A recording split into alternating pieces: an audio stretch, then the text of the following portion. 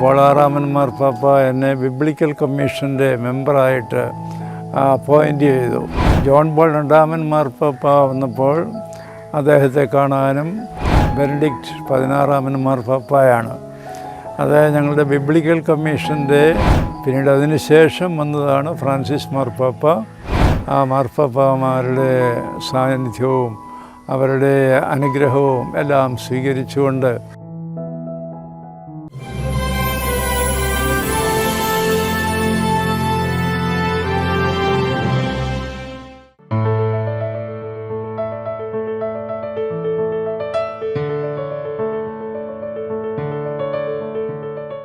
റോമിൽ പഠിക്കാനായിട്ട് സാധിച്ചതും പിന്നീട് അതേ തുടർന്ന് പഠനശേഷം പല കമ്മീഷനുകളിൽ പ്രവർത്തിക്കാനും ഒക്കെ അവസരം കിട്ടിയതുകൊണ്ട് പല മാർപ്പാപ്പമാരെ കാണാനും അവരുടെ അനുഗ്രഹം സ്വീകരിക്കാനുമൊക്കെ സാധിച്ചിട്ടുണ്ട്. ഞാൻ പഠിക്കുന്ന കാലത്ത് പോൾ 6 മാർപ്പാപ്പയായിരുന്നു. അന്ന് അദ്ദേഹത്തെ കാണാനായിട്ട് ഞാൻ പഠിക്കുന്ന കോളേജിലെ റെക്ടറുമായിട്ട് ഒന്നിച്ചു പോയത് ഞാൻ ഓർക്കുന്നുണ്ട്. അതേ തുടർന്ന് പഠനശേഷം പോൾ 6 മാർപ്പാപ്പ എന്നെ ബിബ്ലിക്കൽ കമ്മീഷൻ്റെ മെമ്പറായിട്ട് അപ്പോയിൻ്റ് ചെയ്തു. അന്ന് ഏഷ്യയിൽ നിന്നുമുള്ള ഏക അംഗം ആയിട്ട് ഞാൻ മാത്രമേ ഉണ്ടായിരുന്നുള്ളൂ. പിന്നീട് ജോൺ പോൾ രണ്ടാമൻ മാർപ്പാപ്പ വന്നപ്പോൾ അദ്ദേഹത്തെ കാണാനും അദ്ദേഹത്തിൻ്റെ അനുഗ്രഹം സ്വീകരിക്കാനുമൊക്കെ പിന്നീട് അവസരം ലഭിച്ചു. അപ്പോൾ ഞാൻ ബിബ്ലിക്കൽ കമ്മീഷൻ മെമ്പറായിരിക്കുമ്പോൾ അദ്ദേഹം പബ്ലിക് ഓഡിയൻസിൽ അദ്ദേഹത്തെ കണ്ടുമുട്ടാനും അക്കാര്യം അദ്ദേഹമായിട്ട് സംസാരിക്കാനുമൊക്കെ സാധിക്കുകയുണ്ടായി. പിന്നെ ജോൺ പോൾ രണ്ടാമൻ മാർപ്പാപ്പയ്ക്ക് ശേഷം പിന്നീട് വന്നത് ബെനഡിക്റ്റ് 16 മാർപ്പാപ്പയാണ്.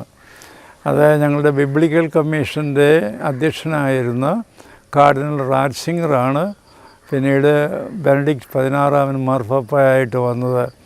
അപ്പോൾ അദ്ദേഹവുമായിട്ട് പരിചയപ്പെടാനും അദ്ദേഹവുമായിട്ട് സംസാരിക്കാനുമൊക്കെ അവസരങ്ങൾ ലഭിച്ചിട്ടുണ്ട്. അപ്പോൾ അതുകൊണ്ടാണ് ബെനഡിക്റ്റ് 16 മാർപ്പാപ്പയെ കാണാനും ആ മാർപ്പാപ്പയുമായിട്ട് ബന്ധപ്പെടാനുമൊക്കെ സാധിച്ചു. അപ്പോൾ അദ്ദേഹം നമ്മുടെ സഭയെ നന്നായിട്ട് അറിയാവുന്ന ആളാണ്.